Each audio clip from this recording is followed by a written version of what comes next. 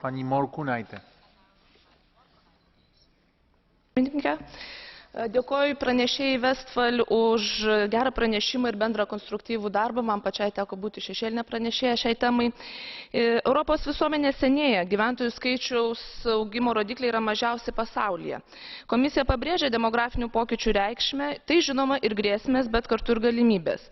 7-13 metų programavimo laikotarpiu valstybės narės savo veiklos programuose planuoja išleisti 8,5 procentų struktūrinių fondų lėšų.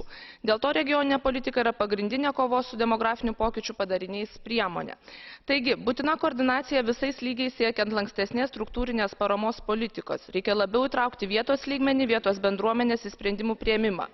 Demografijos pokyčiai tai kompleksinė tema, todėl lygiai taip pat svarbu subalansuotai atsižvelgti į vaikų, jaunų šeimų bei pagyvenusių žmonių poreikius. Pranešime labiau kalbama apie gaisrų gesinimo metodiką, tačiau tos prevencinės priemonės, kurios yra minimos, taip pat turi būti efektyviai įgyvendinamos. Ir visgi ateityje būsim priversti peržiūrėti pensijų sistemas, kurios buvo sukurtos ir efektyviai veikia tuomet, kai buvo kiek kitokios demografinės tendencijos. Dėkui. Ačiū. Pani poslankyňa Nevedalová. Ďakujem veľmi pekne. Kohézna politika Európskej únie musí odrážať momentálny stav a budúci vývoj v Únii, aby bola efektívna.